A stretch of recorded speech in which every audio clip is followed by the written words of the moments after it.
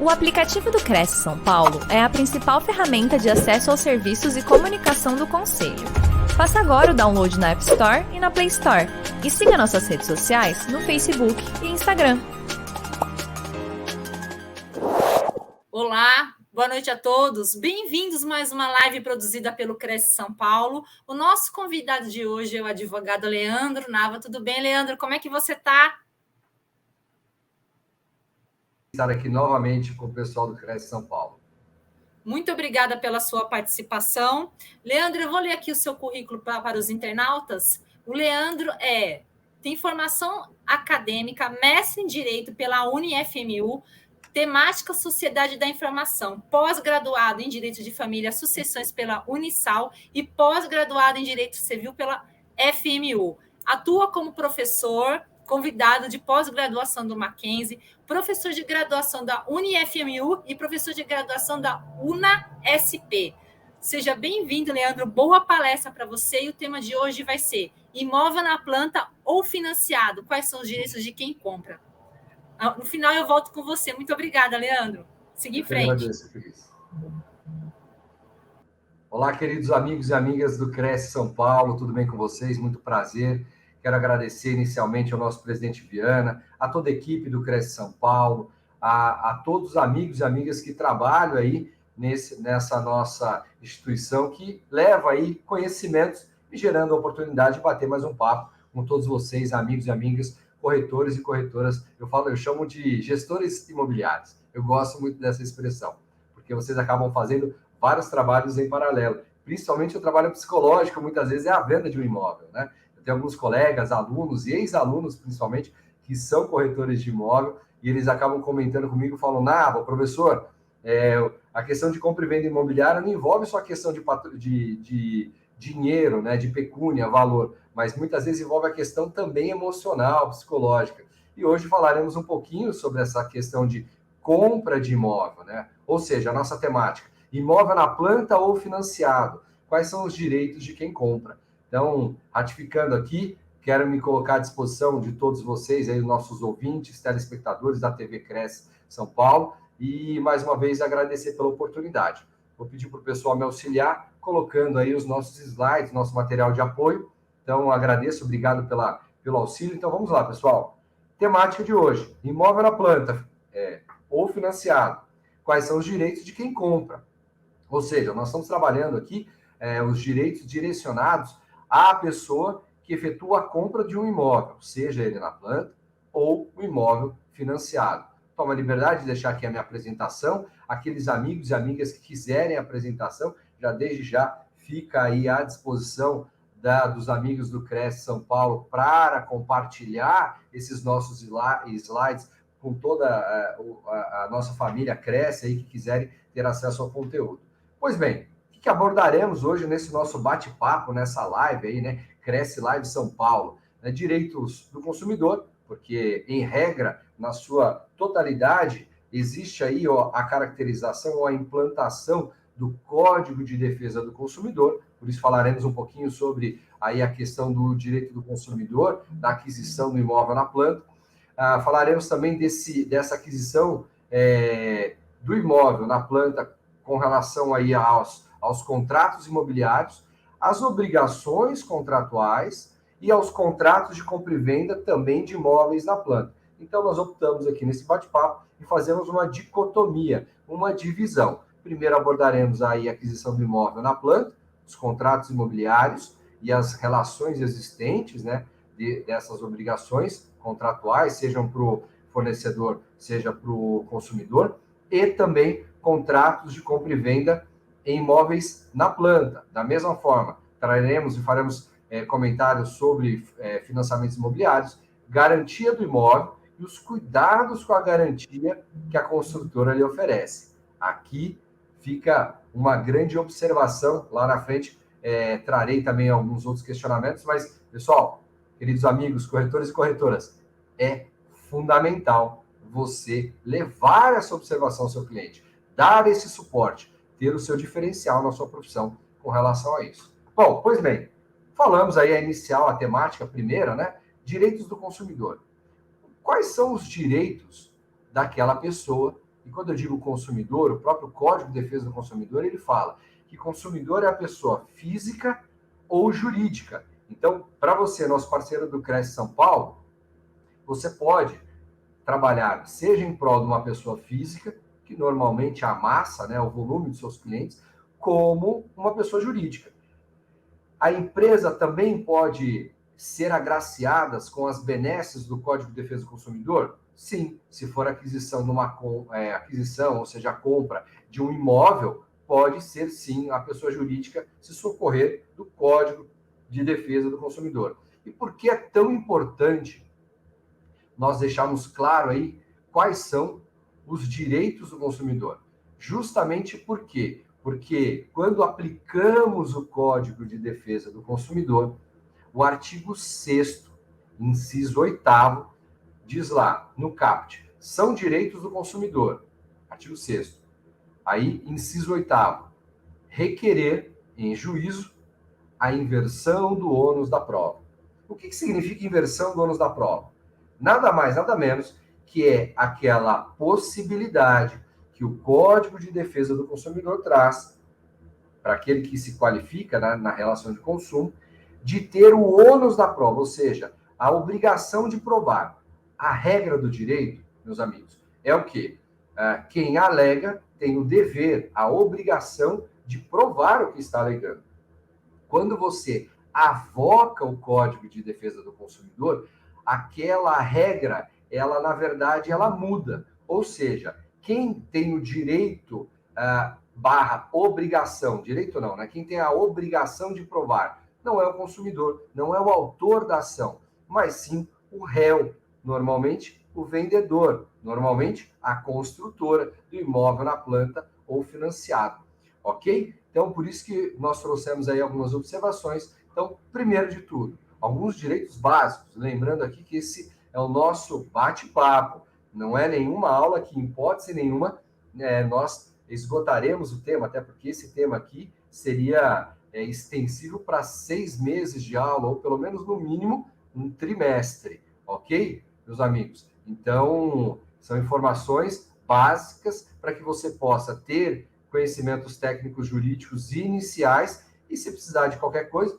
se socorra aí à legislação, se socorra a conteúdos e nos colocamos à disposição também dos corretores e corretoras de todo o estado de São Paulo e também do Brasil, que nos acompanham aí na TV Cresce, para esclarecimentos e tirarmos as suas dúvidas. Bom, esses direitos do consumidor, quais são? Primeiro, o consumidor, quando ele faz a aquisição desse produto, né, ou seja, deste imóvel, que dentro da relação de consumo é um produto, então, ou seja, o imóvel, ele deve receber uma cópia do memorial da incorporação daquela obra.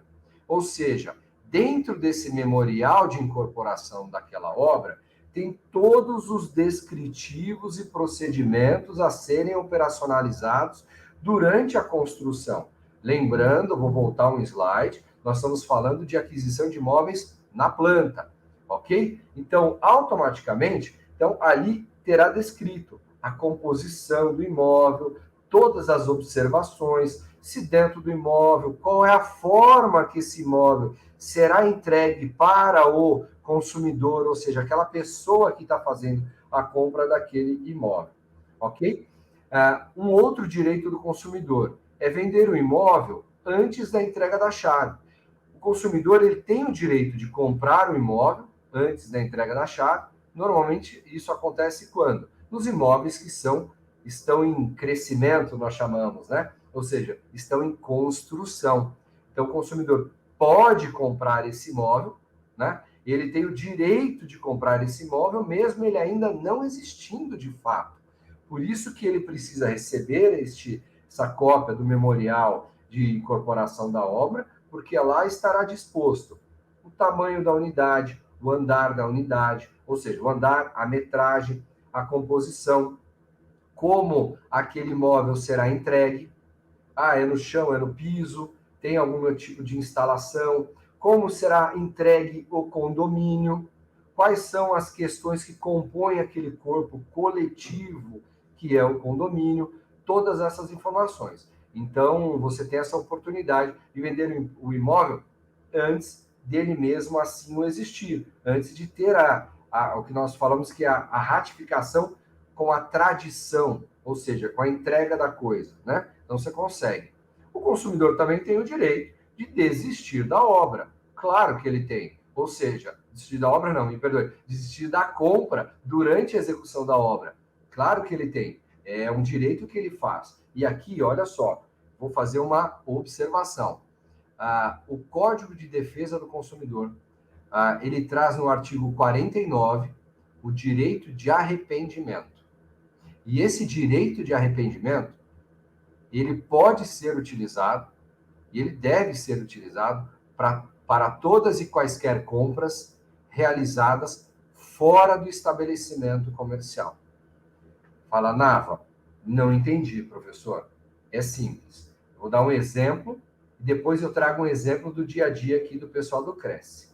Se eu comprei um aparelho celular e este aparelho celular eu comprei dentro da loja, eu fui lá, não interessa qual loja, uma loja de magazine qualquer, ou a loja do próprio fabricante, ou na loja do mercado, não importa. Se eu tive acesso ao produto, se eu toquei o produto, se eu verifiquei o produto, eu adquiri o produto, eu saí da loja, paguei, peguei o comprovante de pagamento, a nota fiscal, saí da loja, eu não tenho mais o direito de desistir da compra, ok? Porém, se eu sair da loja e não comprei, fui no site da mesma empresa, magazine, mercado, fornecedor, no caso fabricante, não importa, e comprei pelo site, ou recebi uma ligação de uma proposta, ou comprei por catálogo, ou qualquer outra situação, ou seja, fora do estabelecimento, eu tenho direito de arrependimento no prazo máximo de 7 dias. Olha só, contados da ratificação do negócio jurídico. Então, o que isso significa? Se eu comprei o celular na loja, saio da loja e não posso me arrepender. Se eu comprei o celular pelo site, eu tenho pelo telefone, por um aplicativo qualquer, eu tenho o direito de me arrepender. Nava, ok, celular, mas você está falando com o pessoal do Cresce São Paulo, com corretoras e corretores de imóveis, como você mesmo chama, com gestores imobiliários. Por que você está falando isso? Porque essa mesma regra que eu estou dizendo aplica-se a todos os imóveis adquiridos fora do plantão de vendas. Olha só que interessante. A construtora deixa lá alguns imóveis para você que você pode formalizar a sua compra pelo site. Esse imóvel que você fez todo o procedimento pelo site, você tem o direito de se arrepender daquela compra. Mas, Nava, é um imóvel. Eu fiz aí a aquisição de imóvel de R$1 milhão. Tudo bem, você tem o direito de se arrepender. Mas e se eu fiz já o pagamento daquele imóvel, uma parcela, uma cota à parte, metade do valor, ou valor integral? Mesmo assim, você tem o direito de se arrepender desse imóvel, dessa compra desse imóvel. E olha só, é importante, vocês gestores imobiliários do Cresce São Paulo, que estão nos acompanhando nesse nosso bate-papo, vocês precisam saber disso, porque é mais um diferencial que você leva ao seu cliente. Se ele fez a compra, a empresa que o vendeu, a construtora, financiador, não importa quem seja, é obrigado a devolver o valor na sua integralidade. Nava, peraí, como assim? Tem que devolver os 100 mil que eu dei de sinal? O 1 milhão que eu paguei à vista? Sim, tem que devolver o valor integral sem quaisquer tipos de isenção ou abatimentos. Ok, meus amigos? Precisa e deve devolver o valor integral daquela compra. Tá ok? Voltando. Então, agora, mais uma situação que nós temos, mais um dos direitos que o consumidor, aquela pessoa que adquire o imóvel na planta ou financiado tem, é de buscar uma indenização quando houver um atraso na entrega da obra. Seja no imóvel, na sua ali no piso, sem construção nenhuma, ou até mesmo no imóvel que já está em fase de construção. Porém, vocês, queridos amigos e amigas do Cresce, vocês têm muito mais experiência do que eu e já sabem disso, mas é importante relembrar.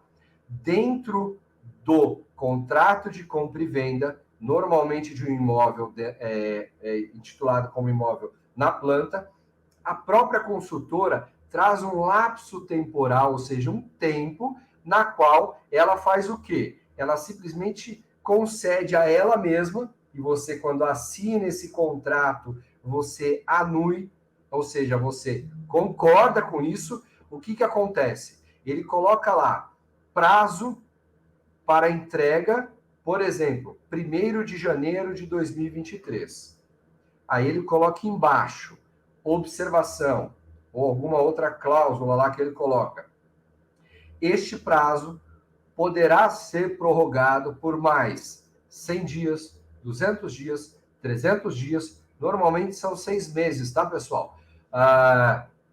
Para que se finde a construção e ocorra a efetiva entrega daquele imóvel, tá? Então, deixe muito claro para o seu cliente, muito claro para o seu parceiro de negócios, que, em regra, quando ele comprar um imóvel na planta, tá? Seja ele financiado ou à vista, durante a construção, em regra, 99,9% dos casos, tá? As construtoras, elas colocam essa condição. Qual condição? O imóvel ele tem a oportunidade de ter o quê? Um delay, um atraso na sua entrega, e neste contrato precisa colocar aí o tempo que você aceita de atraso. Porém, eu brinco com os meus alunos, vírgula, todavia, vírgula, entretanto, o consumidor tem o direito de pleitear uma indenização caso esses, por exemplo, 180 dias, eles se excedam. Se eles entregarem a chave no 100º, 81º dia, ou seja, no dia 181, o seu cliente, que é o consumidor, ele tem direito de buscar uma indenização por atraso na entrega do seu imóvel. E é fundamental você, como corretor e corretora, levar essa informação para ele. Porque, normalmente, quando são imóveis um pouco de valores mais baixos, normalmente são pessoas que acabaram de casar, estão querendo mudar logo, são pessoas que estão migrando ou de divórcio, ou aumentando a família, ou são investidores que precisam ter aquele imóvel logo liberado para poder colocá-lo à venda, e aquele valor de locação, ele vai pagando o seu financiamento. Então, vocês sabem que o fluxo negocial é muito grande. Então, levem essas observações também aos seus clientes. E também, para já finalizar, levando aí algumas observações, o consumidor também tem o direito de buscar a isenção dos juros da obra em caso de atraso na entrega. Olha só que interessante. Por que eu estou falando isso? Todas essas observações de isenção de juros de obra em caso de atraso, ele tem que pleitear. Mas o que acontece? Dificilmente, não vou falar que nunca diga nunca, mas dificilmente ocorrerá o quê? Ocorrerá um pagamento, uma isenção desses juros de forma voluntária. Ou seja, quase que 100%, o seu cliente terá que procurar um colega advogada e advogado, e nós temos alguns processos aqui no escritório dessa natureza, para poder pleitear. Falar, olha, você está atrasando, além da indenização, você não pode me cobrar juros nesse período do pagamento, porque você está atrasando a obra. Ok? Vou trazer aqui algumas observações, então, que eu já adiantei trazendo aqui. Então, olha só, direitos do consumidor. Receber uma cópia do memorial de incorporação da obra. Então, eu trago lá para vocês. O memorial de incorporação da obra é um conjunto de documentos que são registrados no CRI, Cartório de Registro de Imóveis.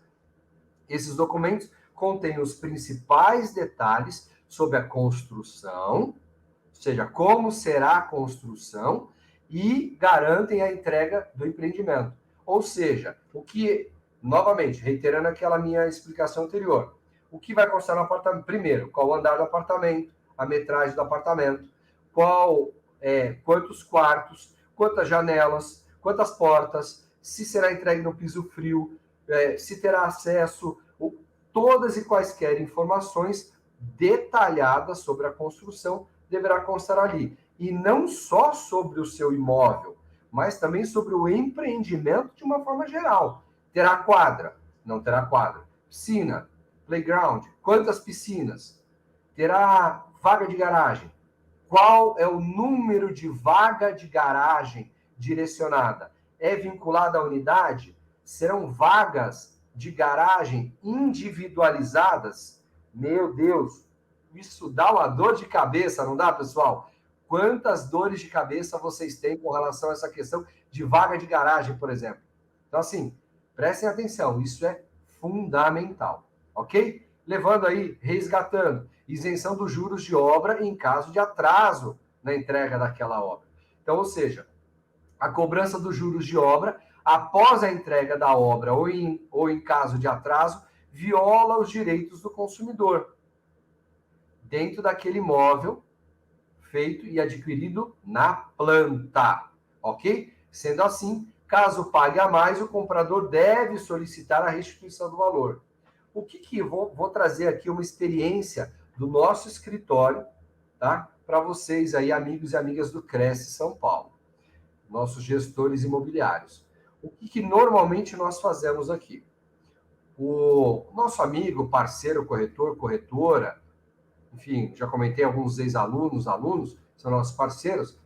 O que eles fazem? Eles encaminham o cliente ao escritório e o escritório de advocacia notifica a construtora com relação a essa situação e requer de forma administrativa.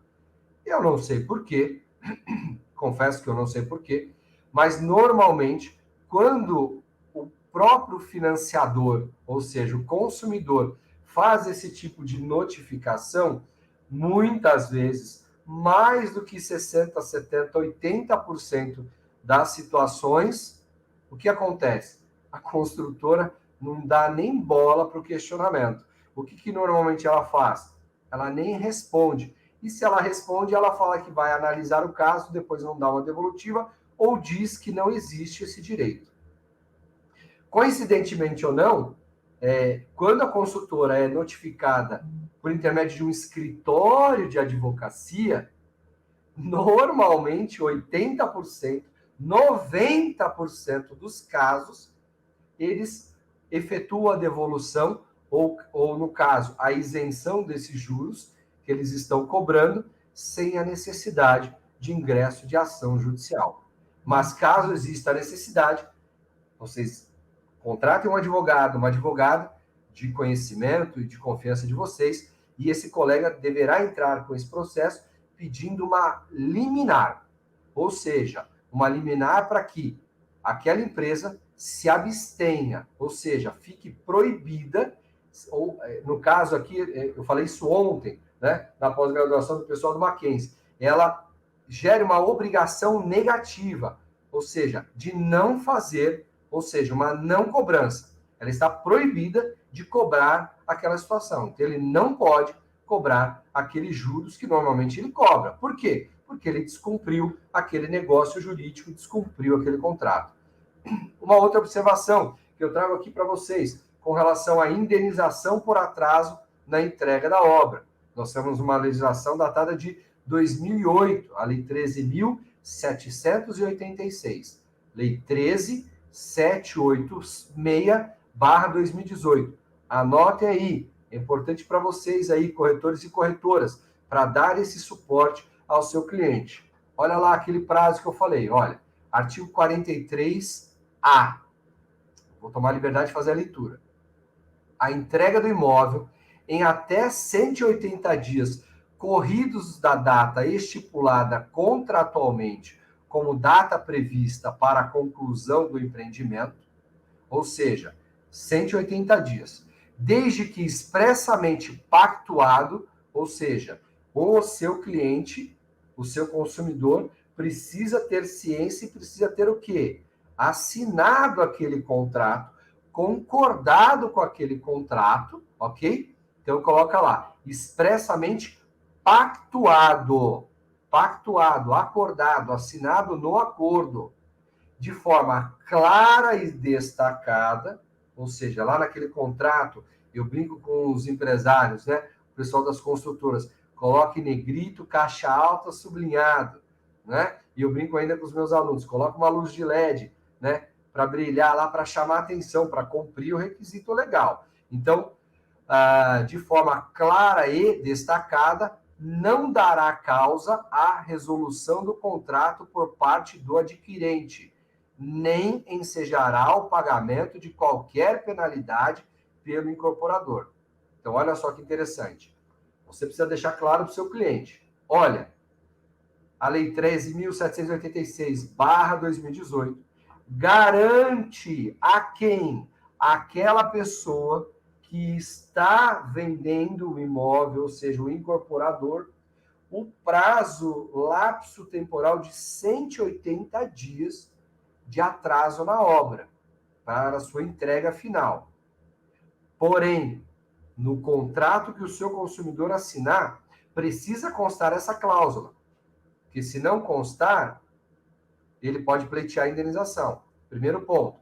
Segundo ponto, essa cláusula dos 180 dias precisa, como o Código de Defesa do Consumidor fala, ter um destaque ostensivo, ou seja, de forma clara e destacada. Não pode colocar um juridiquês lá, uma coisa para travar vocês. Não pode, por favor. Então, orienta seu cliente com relação a isso. E aí, isso isenta do pagamento de qualquer penalidade por parte do incorporador. Passados 181 dias, seu cliente já tem o direito de pleitear isso. Indenização por atraso de obra. A mesma legislação traz essas questões. Então, parágrafo 1º. Se a entrega do imóvel ultrapassar o prazo estabelecido no caput desse artigo, ou seja, o prazo de 180 dias, desde que o adquirente não tenha dado causa ao atraso, ou seja, o consumidor, quem comprou o imóvel, não tenha dado causa ao atraso, como assinava? Por exemplo, a incorporadora te pede uma relação de documentos e você não entrega. Essa será excludente de responsabilidade deles. Então, você, corretor, corretora, fique atento para poder colocar isso no seu portfólio, oferecer isso como também um diferencial do seu trabalho, fazer essa gestão completa para o seu comprador, para o seu consumidor. Voltando lá, desde que o adquirente não tenha dado causa ao fato, poderá ser promovida por este a resolução do contrato. Ou seja, o consumidor pode pedir o quê? A rescisão do contrato, sem prejuízo da devolução da integralidade de todos os valores pagos e da multa estabelecida. Olha só que interessante. Então, ou seja, 181º dia, se assim estiver estipulado em contrato, se o consumidor não deu causa a esse atraso, ele pode rescindir o contrato, pedir a devolução integral do valor que ele pagou. Além desse valor integral que ele pagou, ele deverá fazer o quê? Ele tem ainda a possibilidade de, não só o valor que ele pagou, mas também todas e quaisquer multas, receber isso no prazo de até 60 dias. Nada, mas espera aí. E se ele não recebeu? Se ele não recebeu, ação judicial. Infelizmente, ação judicial. Parágrafo 2º dessa mesma lei 13.786/2008. Parágrafo 2º. Na hipótese de a entrega do imóvel estender-se por prazo superior ao previsto no caput desse artigo, ou seja, 180 dias, e não se tratar de resolução do contrato, ou seja, se o contrato não for extinto pelo consumidor, será devido ao adquirente, adimplente, por ocasião da entrega da unidade, indenização de 1% do valor efetivamente pago à incorporadora.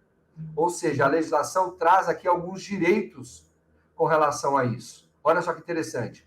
Para cada mês de atraso, por rata dia. corrigido monetariamente conforme índice estipulado em contrato. Então, assim, é fundamental nós trazermos isso. É importante que vocês, nossos amigos, corretores e corretoras, entendam essa questão. Mudando aqui, parágrafo 3º, olha só, a multa prevista no parágrafo 2º desse artigo, referente à mora no cumprimento da obrigação, em hipótese alguma, poderá ser cumulada com a multa, estabelecida no artigo 1º, que trata sobre a inexecução total da obrigação. Então, a própria lei traz aí algumas amarras, algumas travas com relação a essa questão. E se o seu cliente quiser desistir da compra devido a esse atraso? Pode, corretor? Pode, corretora? Pode. Olha só.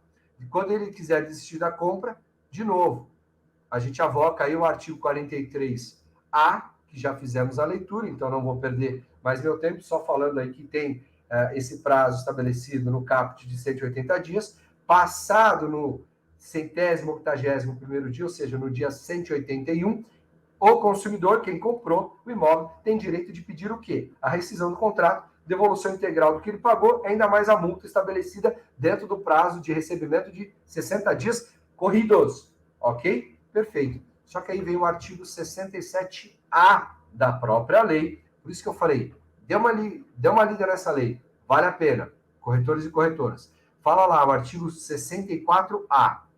Em caso de desfazimento do contrato celebrado exclusivamente com o incorporador, mediante distrato ou resolução por inadimplemento absoluto, ou seja, não cumprimento absoluto da obrigação do adquirente, de quem compra, este fará jus à restituição das quantias que houver pago diretamente ao incorporador, ou seja, terá direito de receber todo o valor pago direto pelo incorporador, ok? Atualizadas com base no índice contratualmente estabelecido para a correção monetária das parcelas do preço do imóvel, delas deduzidas de forma cumulativamente. É fundamental nós lembrarmos esse direito de desistir da compra. E ainda passando um pouco mais. E por que, pessoal, que eu estou enfatizando tanto, queridos gestores imobiliários, corretoras e corretores que estão nos assistindo aqui na live do Cresce São Paulo? Por que eu estou dizendo isso? É fundamental, porque nós sabemos que, devido à economia brasileira, principalmente depois do dia 17 de março de 2020, foi decretado o estado de pandemia no Brasil. A questão econômica, financeira, o trabalho, ou seja, as pessoas perderam emprego, tiveram que renegociar os contratos. Muitas pessoas tiveram que fazer o quê? Que cancelar a sua compra. Não é isso? Não é mesmo? Quantos incorporadores tiveram prejuízos bilionários com relação a essa questão, levando essas observações de não possibilidade de cumprir o contrato. Quantas incorporadoras não conseguiram entregar os imóveis durante o período pandêmico? Por quê? Primeiro, não tinham mão de obra. Segundo, não tinham o quê? Insumo, que eles chamam, produtos para serem utilizados na obra. E a legislação estava aí para ser aplicada. Então, eu trago aqui, e me atentando bastante essa questão da desistência da compra. Então, caso o seu cliente ou incorporadora faça ou tenha interesse em desistir da compra, o contrato pode ser rescindido por ambas as partes, se elas chegarem em um consenso. E aí a própria legislação traz as condições, no seu artigo 67A, parágrafo 10º. Os contratos firmados em estandes de venda ou fora da sede do incorporador, olha só, permitem ao adquirente o exercício do direito de arrependimento durante o prazo improrrogável de 7 dias, com a devolução de todos os valores eventualmente antecipados, inclusive a comissão sua, corretor de corretagem. Fala, Nava, caraca, meu amigo, então como é que eu faço? Eu tenho a possibilidade de perder a minha comissão de corretagem? Ela só vai estar fresquinha na sua mão depois do 8º dia corrido, tá? Corrido da data da compra caso a compra tenha ocorrido fora da sede do incorporador ou em estande de venda. Lembram? Artigo 49 do CDC, do Código de Defesa do Consumidor. Direito de arrependimento. Aquele exemplinho lá do celular. E depois eu falei da compra do imóvel. Trago aqui para vocês. Ratificando aqui outros direitos existentes do consumidor, isenção da taxa de serviço de assessoria técnica imobiliária, a famosa taxa SAT. Olha só, a taxa SAT, a taxa de serviço de assessoria técnica imobiliária, é um valor cobrado dos consumidores pela assessoria jurídica imobiliária prestada pela construtora. O que acontece? Há muito tempo, tinham-se discussões com relação ao quê? É possível cobrar? Não é possível? Chegou-se à conclusão que essa taxa ela não deve ser cobrada. E também, outro direito do consumidor é vender o imóvel antes da entrega da chave. Claro que é direito dele. Por quê? Porque ele comprou, ele já é detentor de um direito daquele imóvel, mesmo ele ainda não tenha finalizado a sua compra. Então está lá, a legislação nos garante. Vender o imóvel antes da entrega das chaves. É permitido ao adquirente vender o imóvel antes da entrega da chave. No entanto, pode ser necessário pagar uma taxa de anuência à construtora para que seja feito um contrato de cessão, ou seja, extinção de direito de obrigação entre o cedente, que é aquela pessoa que comprou, que a gente chama de comprador original, e o cessionário, que é aquela pessoa que está comprando agora, que é o novo comprador. E também, claro, com a vendedora, que é a incorporadora, a construtora. Ok? Então, dá para fazer? Dá para fazer. Você aí, corretor, corretora, consegue tirar um bom dinheiro com relação a isso. Porque normalmente você pode utilizar aquele imóvel para dar o seu aquele upgrade que vocês falam na compra, mudando aí o patamar, o nível, o volume, a questão financeira, né, o patamar do seu cliente. Ok? E aí, direcionando a aquisição de imóveis na planta. Eu tenho que solicitar a licença, verificar aí quais são os juros que estão sendo cobrados, analisar buscar aí analisar o laudo de vistoria e verificar com relação às concessionárias de serviços básicos, água, luz, telefone, se está tudo ok.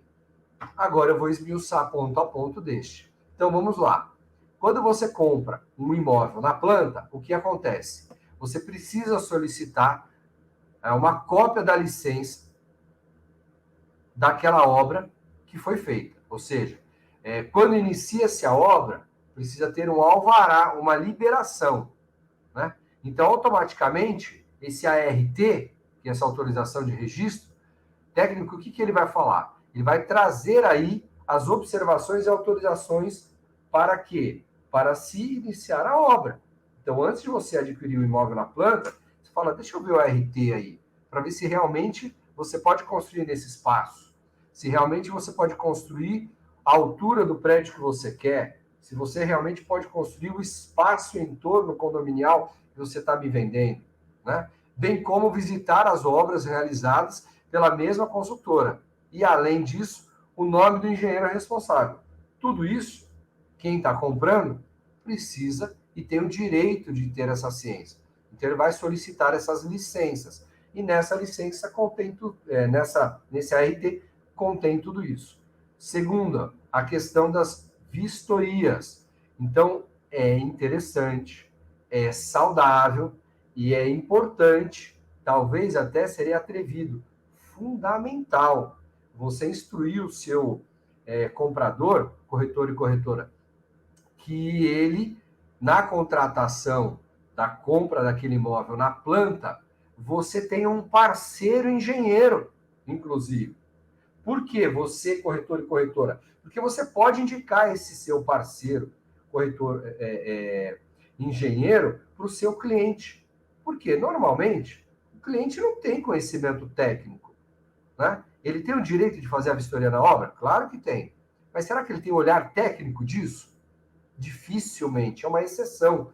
Né? Dificilmente todos os compradores de imóveis são engenheiros imobiliários. São arquitetos, engenheiros e têm conhecimento técnico disso. Então, olha só que interessante. Então, recomenda-se a contratação de um profissional para fazer as vistorias, que verifique os materiais utilizados, as normas técnicas que estão sendo aplicadas dentro daquela obra ali realizada e até mesmo verificar e solicitar as plantas do custo que está sendo feito, para lá na frente ninguém questionar a falta de dinheiro ou atraso na obra. Perfeito? Fundamental. Além disso, eu coloquei lá, verificar concessionários de serviço básico. Você pode exigir, quando você fizer o aceite do seu contrato, tem que ter também um aceite da obra de todas as que nós chamamos de concessionária. Esgoto, água, gás encanado, energia, empresas de telefonia, alvará do bombeiro, no caso, a autorização do bombeiro para construção. Você deve solicitar tudo isso. Você, como corretor, tem a obrigação de informar o seu cliente com relação a isso. E aí, verificação de juros. Então, coloco lá, item 4, verificar no contrato se existe alguma cobrança de juros entre a entrega do imóvel e a recusa no contrato com esse tipo de cláusula. Por quê? Porque se existir os juros, primeiro, esses juros são devidos? Segundo, quais são esses juros? Quais são as taxas cobradas? Para depois seu cliente não falar que ele não tinha ciência disso. Tá ok? Agora, passamos um pouquinho para os contratos imobiliários e obrigações contratuais. Fundamental nós abordarmos esse ponto aqui. As obrigações contratuais são aquelas que se originam de um contrato, um negócio jurídico, que é uma espécie, né, como acabei de falar de negócio jurídico, como nós falamos agora, compra e venda, por exemplo, pois cria, modifica, conserva ou extingue direitos. Ou seja, cria o direito de comprar o imóvel, de ser entregado, modifica o direito com relação à possibilidade de pagamentos, conserva aquilo que foi pactuado anteriormente e extingue o direito quando da entrega da obra, por exemplo. Tá ok? E quais são esses contratos imobiliários e essas obrigações contratuais? Elas estão estipuladas no artigo 41 do Código, 421 e 422 do Código Civil. Vamos lá. Artigo 421 do Código Civil. A liberdade contratual será exercida nos limites da função social do contrato. Interessante, que até brinco com a minha turma de pós-graduação lá no Mackenzie, nós estamos falando exatamente sobre isso. Celebração do negócio jurídico. Exatamente essa matéria que eu estou lecionando para eles. E justificando o quê? Olha, existe uma liberdade de contratação. A minha vinculação a quem vende tem que ser livre e desimpedida. Ok? Perfeito. Eu tenho que ter vontade de comprar aquilo exatamente e automaticamente a incorporadora tem que ter a livre vontade de me vender aquilo que ela está se propondo. Por isso que aplica-se como base o princípio da boa-fé entre as partes. Aí no parágrafo único do artigo 421, ele fala o seguinte: nas relações contratuais privadas, ou seja, envolvendo empresa, pessoa jurídica de direito privado, né, e pessoa física, ok? Prevalecerão o princípio da intervenção mínima e, excepcionalmente, a revisão contratual. Ou seja, aplicará o instituto que nós chamamos Pacto Sunt Servanda, que é o acordo faz lei entre as partes. Em regra, é isso, salvo, de forma excepcional, quando houver a necessidade da revisão do contrato, quando esses contratos se tornaram o quê? Extremamente oneroso para uma das partes. Tá ok? Ah, mas é só para quem está comprando. Não. Pode ser para quem também está vendendo. A construtora também. Nós tivemos algumas demandas aí no período pandêmico das construtoras dizendo, olha, mesmo com lapso de 180 dias, eu não estou conseguindo entregar a obra, cumprir o contrato. Por quê? Porque eu não tenho insumo, eu não tenho condições para executar a obra. Por quê? Porque a matéria-prima não está vindo, eu não tenho pessoas para trabalhar, que as pessoas estão doentes ou, infelizmente, falecendo, ou não querem trabalhar por medo do risco de contágio da doença. Ou seja, são situações do quê? De caso fortuito, ou seja, uma situação que foge do dia a dia. Não é força maior. Força maior são eventos catastróficos relacionados à natureza. Chuva, furacão, inundação e por aí vai. Nesse caso, não é força maior, é caso fortuito. E artigo 422, os contratantes são obrigados a guardar, assim na conclusão do contrato, como sua exceção, os princípios da probidade e da boa-fé. Exatamente esse artigo que nós falamos ontem em aula. Olha só que interessante. Todos os contratantes, empresa e consumidor, são obrigados a guardar, ou seja, não é guardar, é simplesmente o quê? Garantir que a conclusão do contrato, e para que ocorra essa conclusão do contrato, será aplicado a probidade, ou seja, o pacto seja probo, correto, respeitoso e agido e praticado na boa-fé. Ainda os contratos imobiliários e obrigacionais relacionados à compra e venda, nós temos que nos atentar. Contrato de compra e venda é um contrato redigido normalmente pela própria construtora. Alguns questionam que é um contrato unilateral. Não, não é. É um contrato bilateral, tem as duas partes. Mas existem algumas decisões judiciais que entendem que esses contratos eles são abusivos. Por quê? Porque normalmente, como são redigidos pela construtora, e a pessoa só vai assinar, e a testemunha também, ela não pode modificar aquele contrato.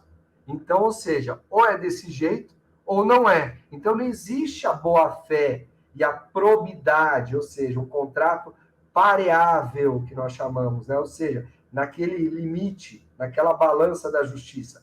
Muitas vezes não tem. Então, por isso que em algumas situações você consegue entrar com a demanda e pedir aí a revisão contratual.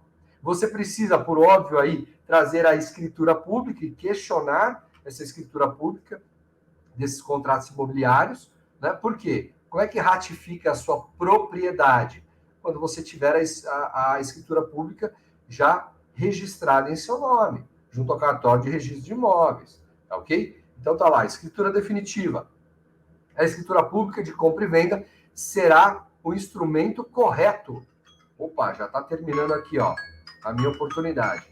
Então, será o instrumento correto sempre que você pague à vista o imóvel ou então após a quitação, ou seja, que você pagar todo o valor daquela promessa de compra e venda ou do financiamento. Você precisa buscar sempre a escritura definitiva. Então, você, corretor, corretora, qual que é a sugestão?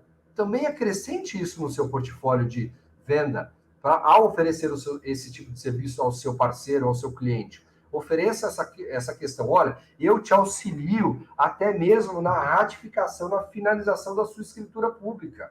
Por quê? Porque eu pego os seus documentos, vou até o cartório de registro de imóveis, faço o levantamento, faço a entrada, encaminho para você aí o valor do registro, do pagamento do registro que você terá que pagar. Você faz o pagamento, eu levo até o cartório de registro de imóveis para dar a baixa nesse boleto, nesse pagamento que precisa ser feito e peço para o notário, ou seja, o escrevente, já lavrar. E aí você vai até o dia e faz a assinatura com alguém responsável pela construtora, que hoje em dia já é tudo virtual, mas alguns cartórios ainda atuam de forma física, presencial. E quando houver financiamento, a escritura pública de compra e venda será o instrumento correto sempre que você pague à vista o imóvel ou então após quitar todo o valor da promessa de compra e venda. Quando ocorrer esse financiamento, você pagará, você tem uma expectativa de direito, na sua escritura pública tem lá financiado de que normalmente, em regra, 99% dos contratos firmados no Brasil são assim.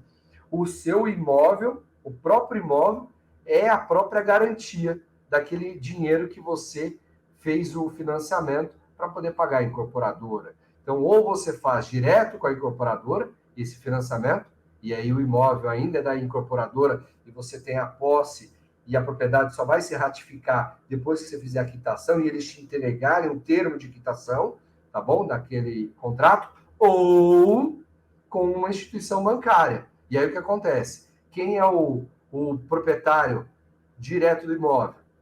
O próprio banco que te emprestou o dinheiro. E você é o proprietário indireto porque você está pagando e o banco não pode vender, ou a incorporadora vender aquele imóvel, porque já está constando na escritura que você é a pessoa que tem o direito de prioridade, porque você fez um financiamento, você está quitando aquele financiamento, e a partir do momento que você quitar aquele financiamento, registrar a escritura pública no cartório de registro de imóveis, ele será seu. Financiamento. Temos aí alguns pontos a serem abordados. Então, existem várias espécies de financiamento imobiliário, dentre eles aí a carteira de hipoteca, o financiamento direto com a construtora, que eu acabei de dar o exemplo, o programa de arrendamento social, residencial, que é o PAR, o sistema financeiro de habitação, que é o SFH, e o sistema financeiro imobiliário, que é o SFI. Todos esses agentes financiadores vão conceder esse crédito, esse dinheiro, para que o consumidor receba esse valor, normalmente dê o imóvel em garantia e que ele possa pagar as parcelas ao final. Então, aí eu vou dar um exemplo de alguns agentes financiadores para que você, corretor e corretora, possa também colocar no seu portfólio e oferecer para o seu consumidor, para aquela pessoa que quer comprar um imóvel, olha, você tem algumas pessoas nas quais você pode financiar. Então, você tem vários bancos, né, com carteira de crédito imobiliário, tem a Caixa Econômica Federal, existem sociedades de crédito imobiliário que também fazem aí esse tipo de negócio jurídico, as associações de poupança e empréstimo, as companhias de habitação, as fundações habitacionais, os institutos de previdência, as companhias hipotecárias, as carteiras hipotecárias, os clubes militares, entidades e fundações de previdência privada. Tudo isso são entidades caracterizadas como agentes financiadores, ou seja, é aquela galera, aquele pessoal que tem dinheiro para te emprestar. E aí, se você socorrer ao Sistema Financeiro da Habitação, que é o SFH, esse sistema de habitação ele é regido por uma lei de 1964, Lei 4.380, e o objetivo dela é facilitar e promover a construção e a aquisição da casa própria ou da moradia, em especial para as pessoas menos favorecidas. Normalmente aqui, você tem o governo federal por trás, que é o que fala no artigo 1º. O governo federal, através do seu Ministério ou Ministro de Planejamento, formulará uma política nacional de habitação e planejamento territorial. E esse contrato ele tem algumas garantias principais, que é o contrato de adesão.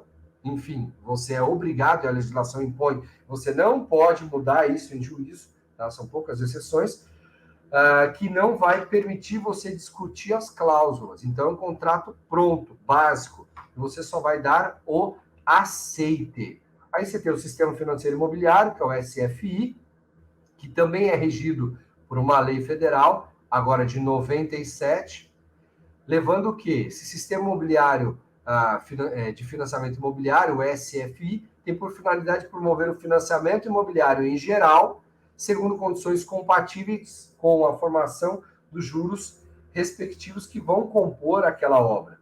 E aí ele já traz aí algumas outras observações, como, por exemplo, em caso de inadimplência, ou seja, o não pagamento de quem buscou o crédito, ocorrerá sem que ocorra a necessidade de qualquer providência judicial, o quê? A venda do imóvel.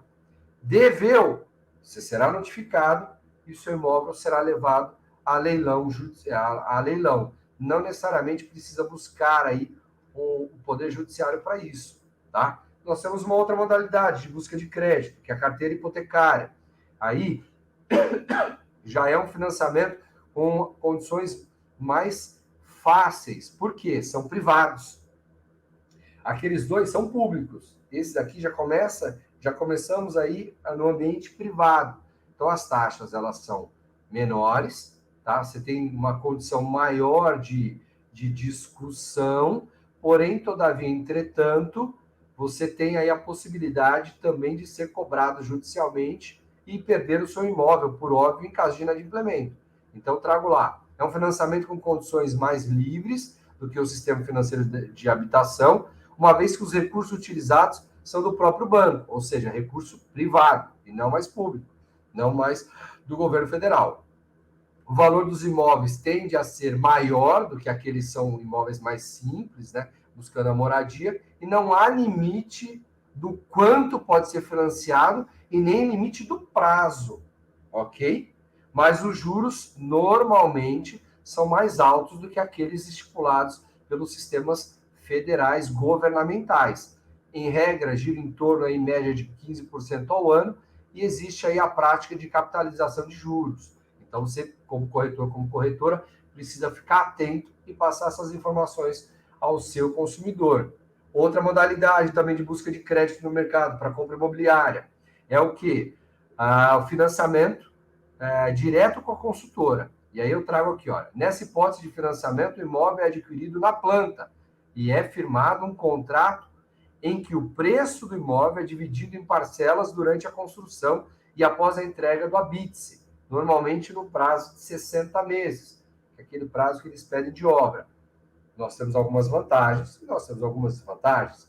Qual é a vantagem? Pode comprar o imóvel com deságio, ou seja, normalmente um valor mais reduzido, né? Aquele pagamento pode ser, o preço ele é feito durante a construção, então o imóvel ele acaba, no final das contas, o valor que você paga acaba sendo mais barato, em geral, do que o do mercado.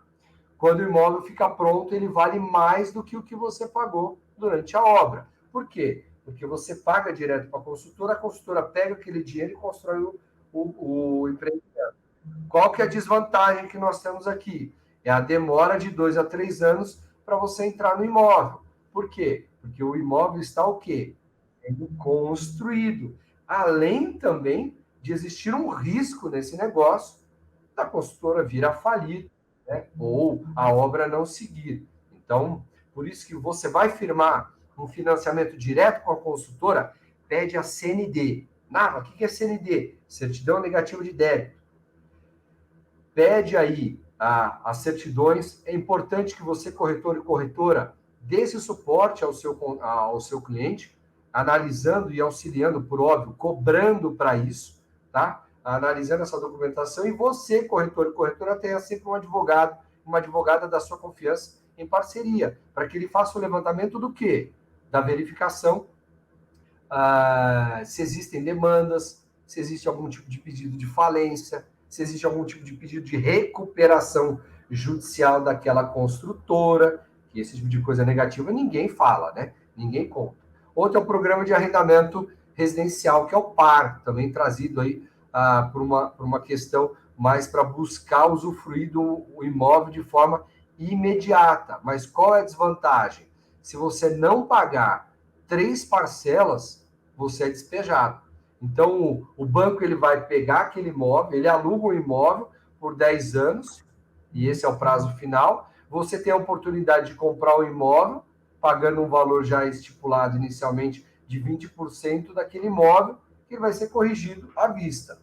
Porém, deixou de pagar 3 parcelas, você sai do imóvel e aí você perde aquele valor pago.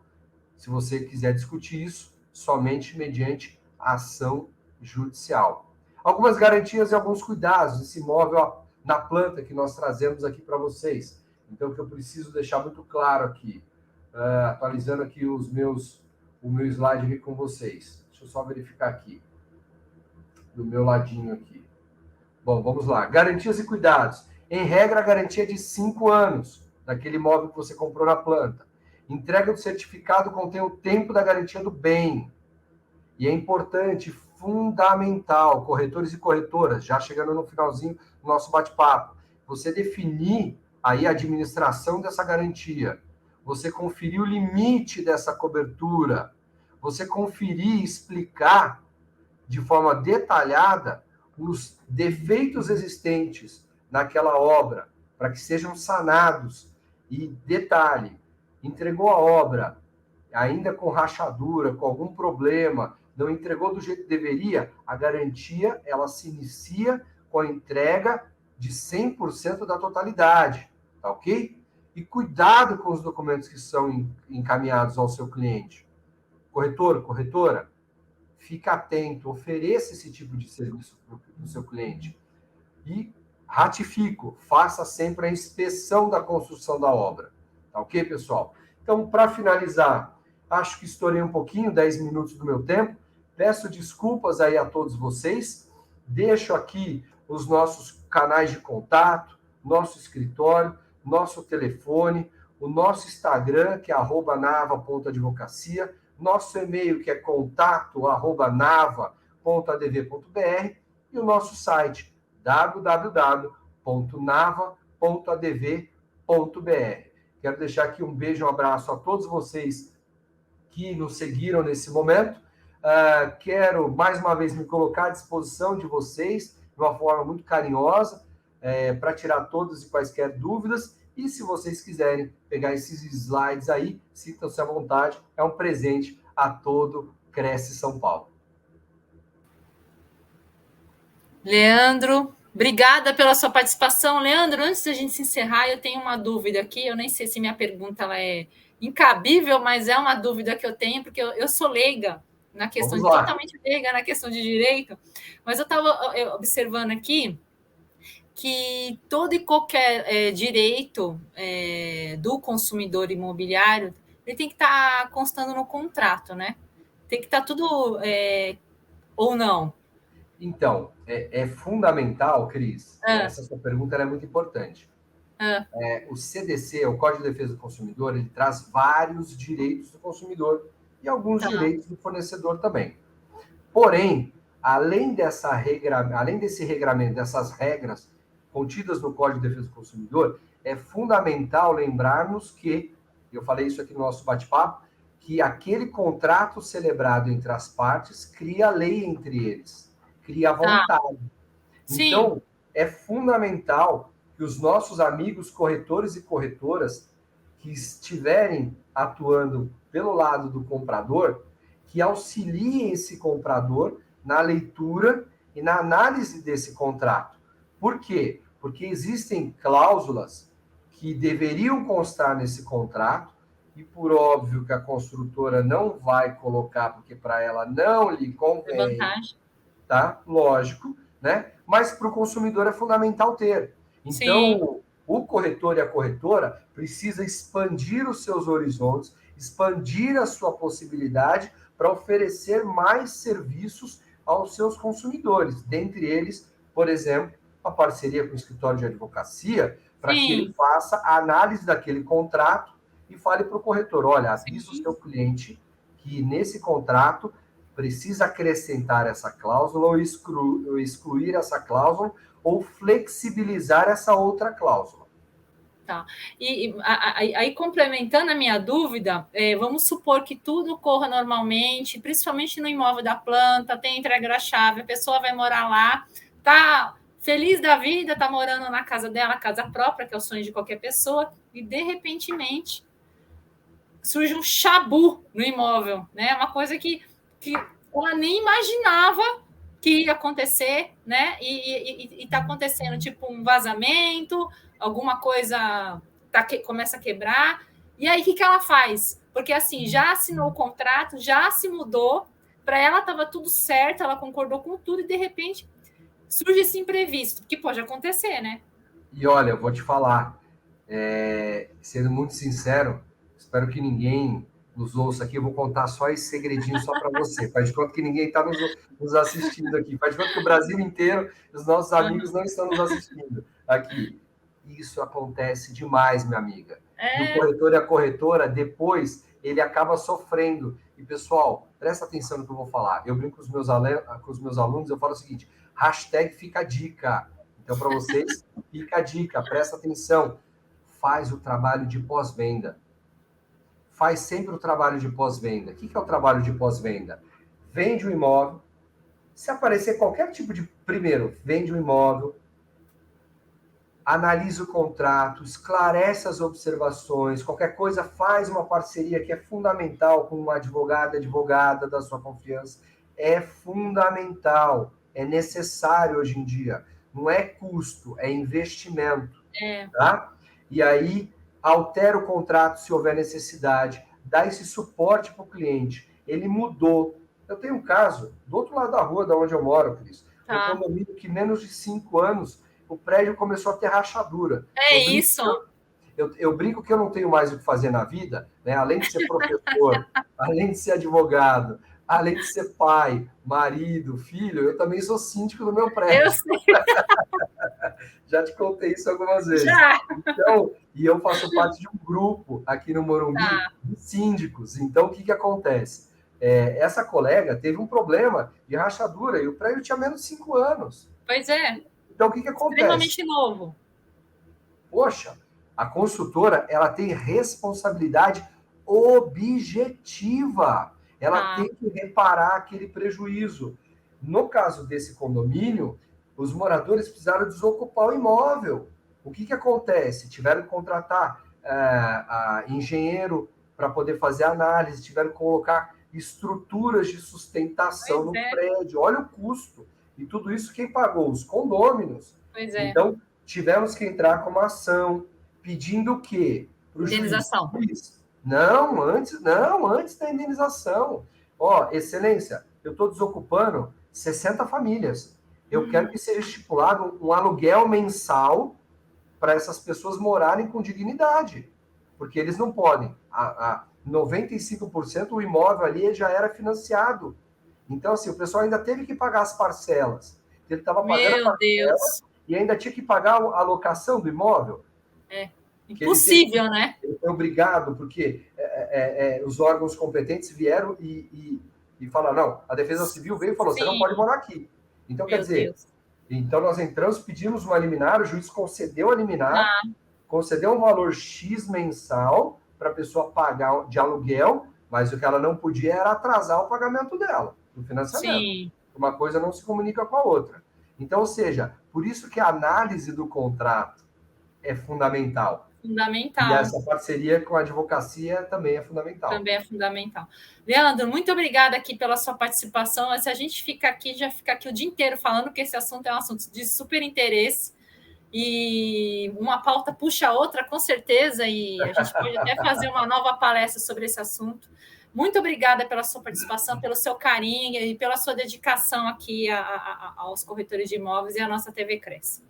Imagina, Cris, eu agradeço a você, ao nosso presidente Viana, a toda a equipe, a todos aí da técnica que estão nos ajudando, a Natasha, o Gilberto. Muito obrigado pelo carinho, obrigado pela paciência comigo. Você, corretora e corretor de imóveis, que eu carinhosamente chamo de gestores imobiliários. Pessoal, estamos à disposição de vocês. Um beijo no coração, fiquem com Deus e sucesso nos negócios. Obrigada, Leandro. Obrigada, gente. Até mais.